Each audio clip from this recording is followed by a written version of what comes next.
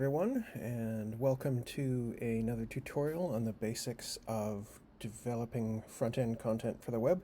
Today we are going to move into CSS, also known as cascading style sheets, and through CSS we're going to begin to take this unfortunate looking blue linked Times New Roman pile of content that we described in the previous tutorial and start to make it look like someone's at least paid attention to its typography.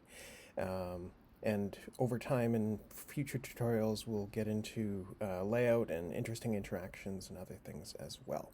So that's what we're here for. And if you haven't already done so, I would recommend downloading the tutorial starter file. If you completed the last tutorial that we did, you can start with that. That's also okay.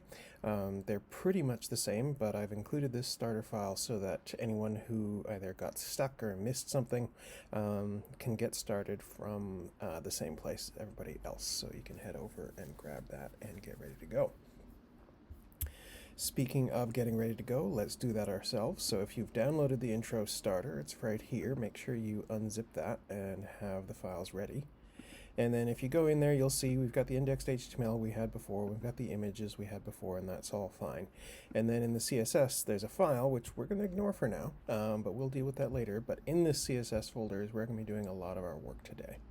But before we do that, let's head over to Sublime Text. And in Sublime Text, if you go to open a file, one thing to note is, see, one of the nice things with Sublime Text is if you go to open a file, it doesn't have to actually be a file that you open.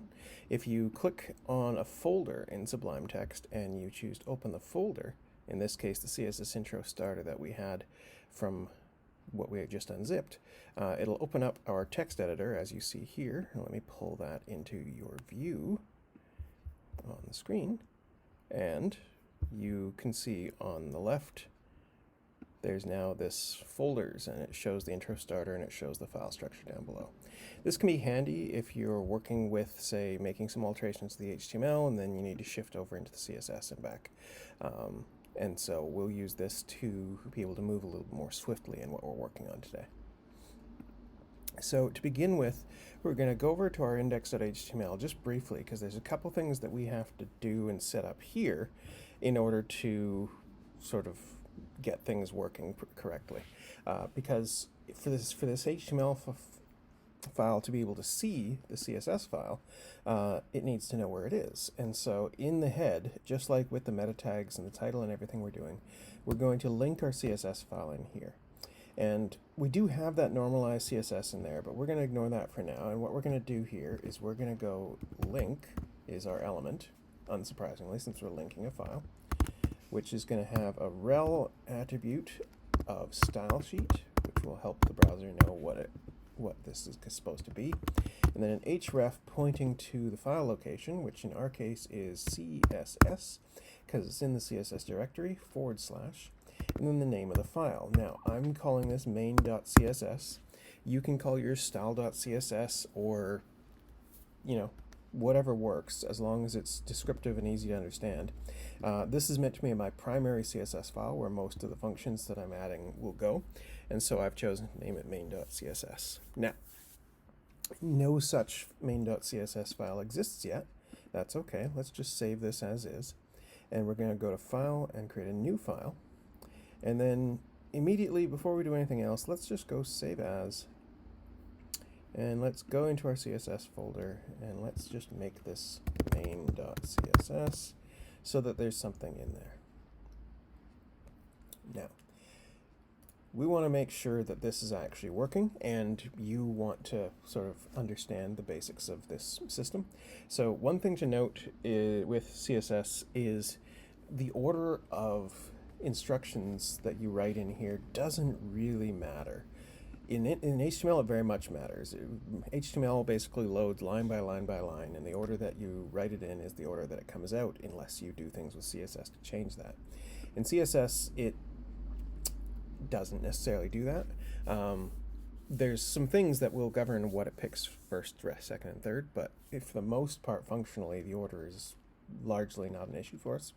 What that means, though, is it's up to us to sort of make things organized so that it's easy for us to find things. One of the things I personally like to do is I like to set sort of default or basic styles first. So if there's any sort of like common HTML elements that are going to need to be styled a particular way consistently across all my pages, so that they look good, that's the things I'll start to set first. And the most sort of standard and the most guaranteed in every file element that we could have is the body element. So we're going to start with that. And so we're going to type in the name body, and that becomes our selector in CSS. So that's telling the CSS in the browser, look for this element in the HTML, and then we do a pair of curly braces, and then it basically says, alter these parameters. And right now, of course, there's no parameters, so you're like, okay, what parameters do you speak of? And the answer becomes whatever parameters are possible. So one of the first things we can do is we can say, let's go to the file for a second. You'll see the typefaces themselves are this sort of serifed typeface. Specifically, it's Times New Roman, and we want that to change. So we would do that with the font family property. And then we give it some information. And so at the simplest level, you could say and be on your way. But that would cause potentially a problem if the person viewing this file is viewing it on a PC that doesn't have Helvetica installed. Because one of the things that's odd about CSS with typefaces is it uses the typefaces that is on the user's browser or the user's computer that's running and loading the website, unless you link an external file, font file, from, say, Google Fonts or using another method. But oftentimes, at the most basic level, which is what we're teaching you now, you're working with the typefaces that exist on the user's computer, and the way we handle that, the fact that the user may not have the typeface we're looking for, is that's why we call it a font family. So you go Helvetica, Arial, and then if I say sans serif, so what's happening there is you are creating a fallback. You're saying this should load Helvetica if the user has it. If they don't, check if they have Arial and load that. And if somehow they have neither Helvetica and Arial, load just a default sans serif, just like system default. And then the second thing we're going to do is we're going to change the background color from white to something else. Now there's lots of ways that you can set color. There's RGB, there's RGBA, there's HSV, which is hue, saturation, sorry, HSB, hue, saturation, and brightness. Yeah, doesn't matter. And then there's hex, and so for hex is oftentimes pound, and then 6 letters and numbers. So if I go F4, F4, F4, that is a light gray, just so you know. How would you know that? Well, you can use a color picker, or you can find on the web. You can pick and make a color in Photoshop or Illustrator, and then open up the color palette in Photoshop and Illustrator, and it will also tell you the hex code as well as the RGB values. And so we could do something like that, and so that's where that goes. And let's save this. And this is the moment of truth for the first thing, is to see whether we have linked the CSS correctly and saved it in the right location and written the instructions correctly. And if all of those things are true, then when I go in here and reload this, this typeface should change and the background should change. And it didn't. So why is that? Simple. I'm saving things in demo, and what I've loaded here is not. So let's open this one. There it is. How's that? One thing that's important to note is that kind of error is fairly easy to make when you're doing this kind of stuff, and it is important that you keep an eye on where the file is that you're loading and working on, because if you end up in a situation where the file that you're saving is in a different location from where you think it is, you can end up with a situation like that where you keep making changes and none of them are being reflected in the file, and you're freaking out and trying to figure it out and getting flustered when the reality is that you're just not looking at the file, the correct file. And it happens to students in my class every year, and as you can see, it can happen to me as well. So it's a thing to keep an eye on and be sort of patient with, and see how it goes. So as we were doing before, so I'm going to go through this next bit a little bit quickly because it's a lot of just sort of like basic stuff right now, but I just want to lock in the idea of the selectors and how they work. And so with other kinds of basic selectors that can be working with, we can deal with our heading 1, we can deal with our heading 2, we can deal with our paragraphs, and there's lots of things that we can do. We can set things like, say, font size. And when it comes to font size, if you want to change that font size from default, we then have to pick a unit. There's lots of units, and we in lecture talked about the different kinds. We're going to try and work with relative units wherever possible, because this allows for the greatest flexibility and accessibility for our users. If I set this in, say, like that or like that, then if a user needs to change the default font size in their browser, because they either have a visual impairment or there's some other reason why they need the font size to be bigger or smaller, I've kind of overridden that with this absolute declaration, and the browser would struggle to resize this particular chunk of type. On the other hand, if I were to write 3rem, then that means the font size is 3 times the root font size, or 3 times the browser's default font size. And so in this instance, if a user changes their browser default font size in their system, then my H1 will always be proportionally 3 times bigger, regardless what size they set it to, which allows sort of me to keep my basic type hierarchy clear, while allowing them the control and accessibility that they might need. Another thing that I can do is I can set margins. And so one of the things that you will notice with stuff in the browser, if I can get back down over to it, is there's a certain amount of spacing between all these things. And if we go into our inspect tool and we inspect the code here and we hover over something, you'll see this sort of blue and the orange bars. And so with the blue bars, thing to note, if you go up bottom here, remember that box model we said the web is built out of. And so the boxes are color-coded for the content, the padding, the border, and the margin. And so you'll see that margin top and bottom there. And so there's a space above us, and there's a space above the hero and a space below. Then there's also that paragraph.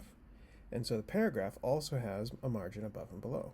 One of the things that's interesting to note, by the way, is if you look at the H1, notice how the margin touches the paragraph. And in the paragraph, the margin above doesn't quite touch the heading. So what's happening there is a weird quirk of HTML and CSS, which is that top and bottom margins, when they touch each other, they don't repel each other. They don't sit. So like if I've got 1 rem of margin for the heading 1, and I've got 1.5 rem of margin for the paragraph, that doesn't mean that I get 2.5 rem of margin. It means that I get 1.5 rem because the margins collapse into each other. So one of the ways that there's a couple different ways that a designer developer could try and deal with that, but oftentimes the simplest for a lot of people is they simply take the margin off one of them so that things work predictably. Oftentimes the one that they take the margin off of is margin top, so that headings will all just sort of like work more consistently. So if we say margin top 0 there, and then we head down to our paragraph, and we could do the same, and we could say margin top 0 and save that. and reload, and you're going to see a little bit of change because there's this space here above the chairs of Joe Ponte. That's probably going to go away. And this is probably not going to move because the margin of the bottom margin of the heading is bigger. Of course, the whole thing gets bigger because we also made the point size larger, and that increased that. And so that's the other thing to consider is that sort of, but now you see the top there, there's no overlap happening. And so that's just there to sort of make that a little bit more predictable for me as I sort of go through.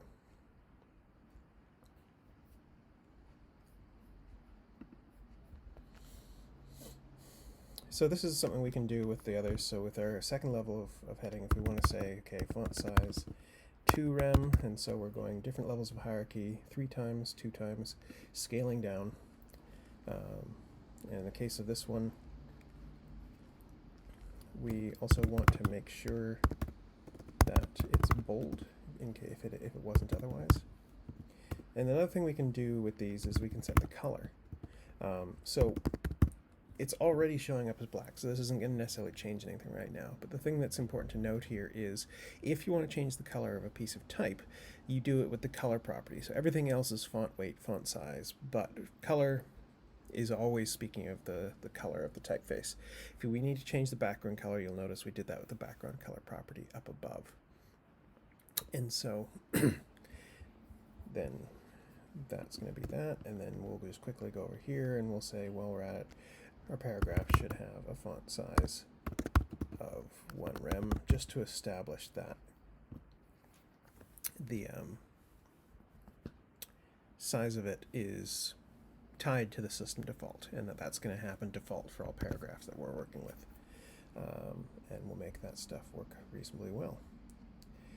And I could go and save that and reload that, and you'll see a few little changes because the size on that armchair has changed a little bit.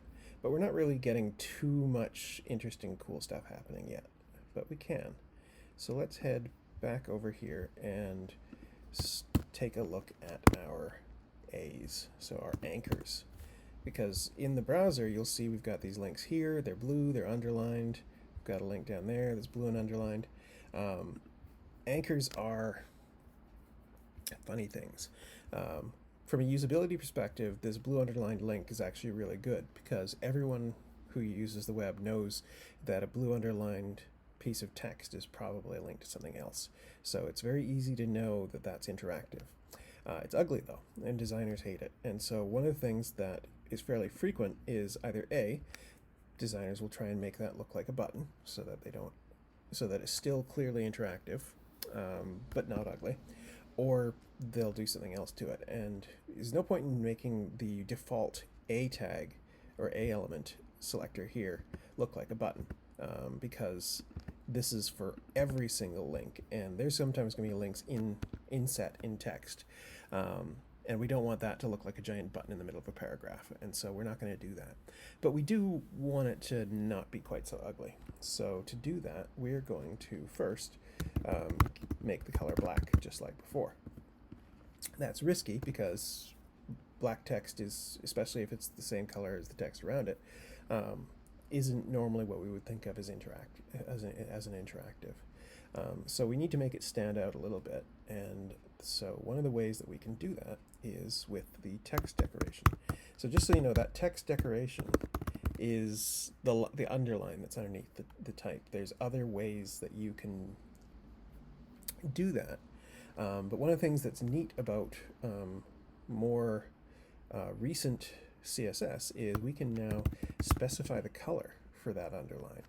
And so if we set the color to red, and then we set the text decoration thickness to say 0.25 rem, then we'll get a very different look. So let's save that. And let's look at this one down here. And so now that still has a way of saying, hi, I'm interactive, but not being quite so hideous. Interesting note, by the way. Notice how those two are kind of pressing into each other? That's likely happening as a result of a complete lack of margin or something under there. It's causing those two to interact. You'll notice anchors don't have margin by default, and neither does the image, and so they're touching each other. And so we could try and space that out later if we wanted, but for now, it doesn't matter. You're like, but that has space. Well, that's because that's inside a figure, and the figure has margin by default. So you see that. So that's what's causing the space. The actual anchor link is no spacing at all. And so because that underline is actually below, because it's sort of like a border, it's below the content of the text, and that's why when the two pieces of content are touching each other, that was getting wiped out. So that's something that we can deal with in the future. We're not going to worry about it right now, though, because we're going to change this stuff.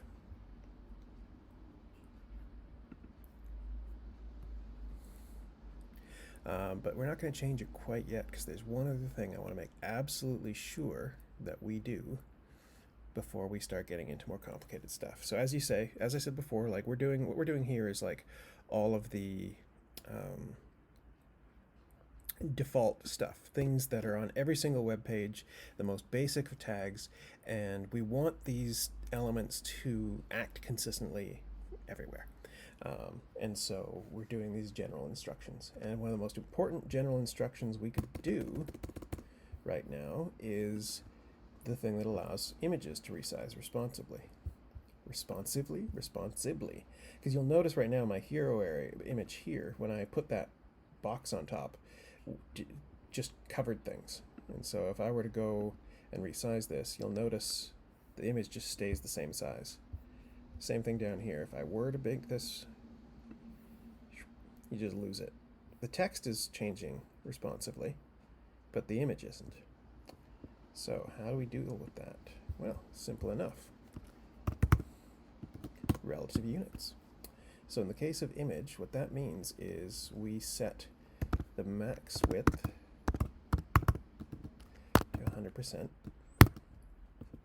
And what this is going to do is, normally percentage is in relation to whatever container it's in. And so if you were to set something to a width of 100% or a max width of 100%, it would max out at filling the container. The bonus with, and this will do this, but only up to its actual size. So it won't grow to be any larger than it is. And we make that happen proportionally by setting a height property to auto.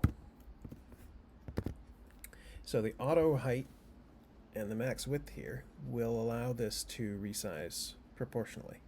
So if we save that, we go back in here, we reload it to make sure it's got the newest stuff, and away we go. And you see that resizing to fit. And it's resizing before we hit the edge because it's got a margin, and the figure is resizing, and so it's shrinking it. Whereas we see here, it's the edge of the browser window that's, causing that. So be as big as you can, but without going any bigger than your actual size. When you can't fit your whole body into the space, shrink to fit. That's basically what that's doing. Speaking of responsive and text, and the fact that the text is flowing and reflowing to fit the space, that's a pretty excessive line length. So something we've talked about in other courses in the school is this optimal line length for paragraphs of type. And just so you know, we often talk about that in number of words, but number of words is a little bit mushy because, you know, if you get a word like vestibulum, it's going to be a different situation than quam. So really it optimizes down to number of characters or individual letters. And the general sweet spot for a line width in characters is between about 45 to 75 letters. How can we do that here? Which, by the way, we can. We can set things. Let's go back up to our basic paragraphs. We can set, say, a width as an example of 75 characters. That's theoretically great, but note that if I save it like that and reload it, it will shrink to fit. But when I resize, it's no longer responsive because it's got a fixed width, even though and a fixed number of characters. And so this is not a relative. We've used this not as a relative unit, but as an absolute unit. Max width would be one way we could do this, though, because if you set max width, that says don't get any bigger than 75 characters, but if you have to get smaller, okay. And now it can reflow responsively, but also not get too large. But the thing you also have to be careful of is, remember we talked about that sweet spot of 45 and 75? So that's something that we could do with min width as well. And then we could set the minimum. And so that's one way we could do this. There's a cooler way though, it's newer. The other option we have here is we could just go to width again, but in this case we're going to use what's called clamp, which I've never used until this year. I didn't know it existed.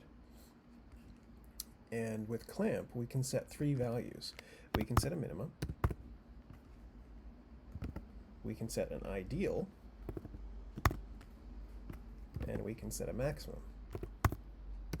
So why would I do this? Well, one of the things that comes up with this is when we were resizing things before, I haven't changed this yet, is when this goes to here, it's fine, but when it needs to resize down, it does it because it's hitting the edge, and that's making the text run all the way across, and that looks a little awkward. And so one thing I could do is by setting this ideal, and I've got it at 60 right now, but let's say 70, and save that. So now what's going to happen is it's going to, if this 70%, if 70% of this is larger than 75 characters, it won't do it. So you see right now, reload, no change.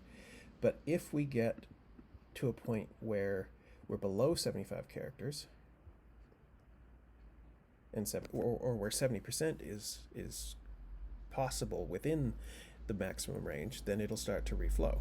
And if it hits 45, it'll stop. So it doesn't get too small. But in between the large and the small, it can resize and not be just pushed to the very edge. And that can allow us a situation where the type can sit a little more nicely. And so it's a really cool thing that we can do to sort of make this all fit. It's not the only place where we can do this. One of the things that you'll see in a lot of websites is the content area is sort of centered in the space. Right now we've got all of our content along the left edge. This thing up here is fine like that in many ways because it's supposed to be a hero image. It's supposed to be full width. We'll talk next week about how we can actually get that to actually be full width. Right now we're just going to leave it alone. And so that part can be really cool.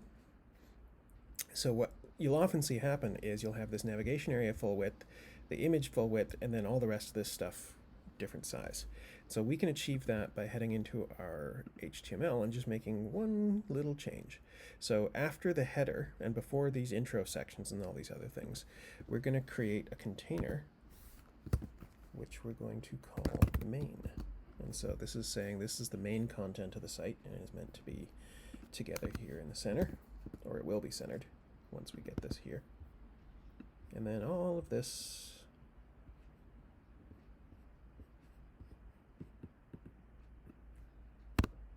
is inside main. We can do this in other ways. We could do this with a div or a section and give it like class equals wrapper as an example. That's fine too. But main, for my purposes, works just fine. I'm going to leave the wrapper class on there just because. So if we go back to our CSS, we can go in here, and the last thing we can do here is say main. And we can set a width for this as well. And we can use clamp again. And this time we're going to say minimum is 16 rem, which is 16 times the default font size, which is itself 16. And then we can say what's it called? The ideal. We're going to say 90 VW. Just so you know, VW is viewport width, so that means the size of the window, the browser window that we're working with. And we can say then 75 rem, so 75 times 16 to be the top end. Now, if I did this and I tried to make this work, it probably, you think it would? Think it wouldn't. Chances are it won't. So what's happening there? Well, to make this visible for us, let's just go in here and we're going to set a background color real quick. And we're just going to set this back to white. Reload. And you see it is, the width thing that we were doing is working. It's only taking up that 75 rem, which is about 1200 pixels. But it's on the left side, it's not here in the middle. And so if we want this to move into the middle, we have to deal with what's on the left here. And again, as we were doing before, we can do that with margin. But we don't want to go here and say, 4 rem, because even though that's relative to the font size, it's not going to change. And percentage would be weird and awkward, because it'll always still be trying to be a constant. The simplest with this is we simply set the margin to auto. We do the same thing with margin right. And if we do that, then what we should see is it sitting in the center there. And if I resize my browser window, it will try and stay in the center. And if it gets too small, it'll start to shrink, same as before. And we can still see those borders on the sides because we set that to 90 v width, which means 90% of the viewport width, which honestly is a little bit weird. Once you get small enough that it starts to resize, it tends to look strange having those borders there. So let's set that to 100 VW and redo that, and you'll see it goes full.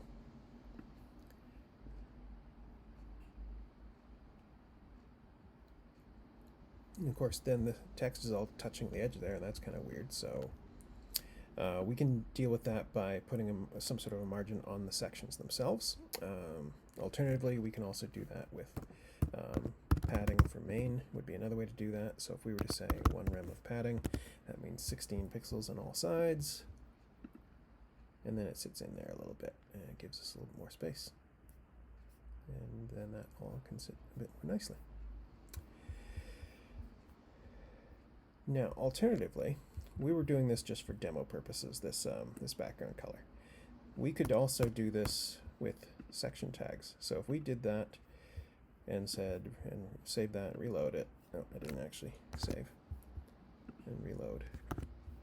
Now you'll see again the gray in the background, the text here, image just sort of floating there in its space. And so to get that white back, but in a more sort of discrete way, we can go to our section tags, and we can tell section to have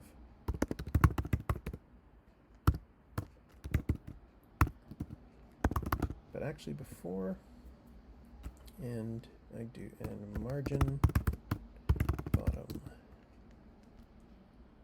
2 rem. And this would seem all well and good, but there's a little issue here, which is that section is there's a fairly broad range of things that section could be about. And there may be times when having a section with a white background would be a problem for us, so we don't always want that.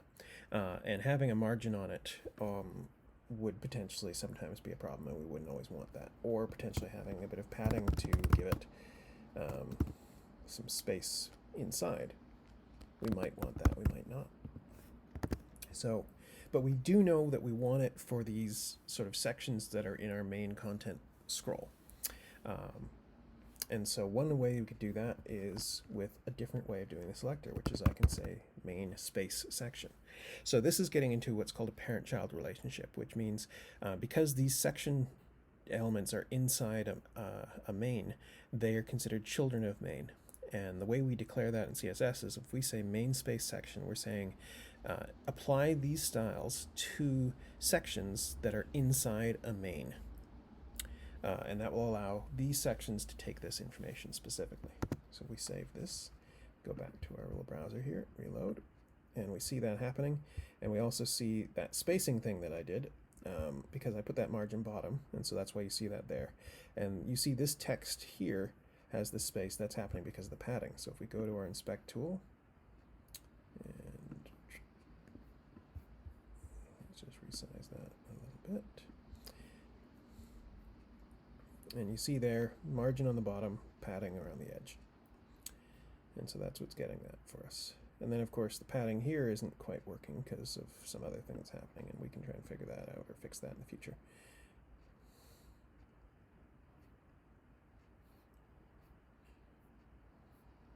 You see all those elements starting to come together. So last thing we're going to do today is we're going to do something over here to try and make these look a little bit different, look more like a button. And then we'll sort of leave this alone for the future. So let's go into our HTML and look at what we've got here. We've got a nav, and we've got a header, we've got an image in that header.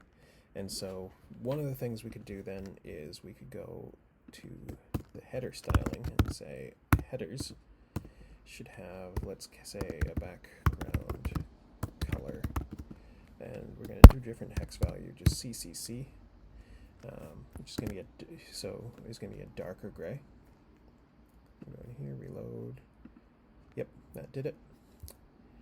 And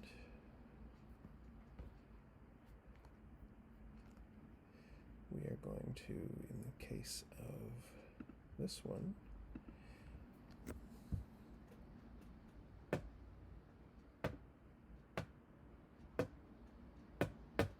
set this to, let's say, a height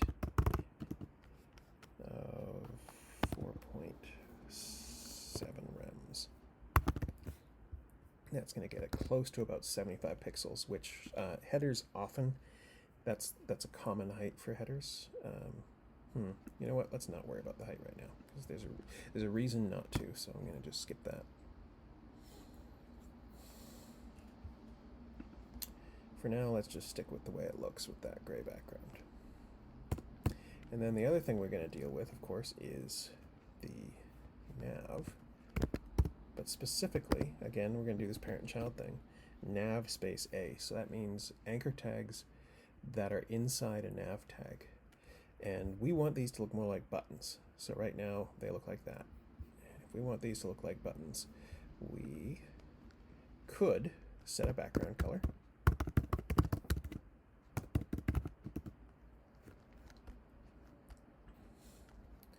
And just so that you can see different versions of things, we're going to set this one using RGB, which means red,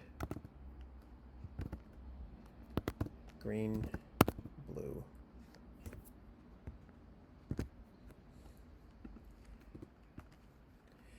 And we're going to set the font size to be a little larger because this is a button. We want it to look a little bit bigger, just a touch though. And we're going to take those underlines off, because buttons don't need them. And the last thing we're going to try and do is we're going to try and go padding, and we're going to use a shorthand this time. So I'm going to say 0.25 em. So rather than based on the root font size, this 0.25 em is going to be based on this font size, this 1.25 rem. So this is 0.25 of 1.25 instead of 1, just to mess with you. And then we're going to go 0.45 em. So what this is saying here is, I believe, I can never remember which one is which, but I'm pretty sure this is top and bottom and this is left and right. But if I'm wrong and it's the reverse, then I'm wrong. And so we're going to save that, and we're going to try and see if this works. And it doesn't. For one thing, that's way too dark. So you can't even tell that it didn't work, but trust me, it didn't work. Let's go back in here and let's set the color to white so we get white text and we can actually see what the hell's going on there. And let's set this to 200. 50. Let's brighten that up a little bit,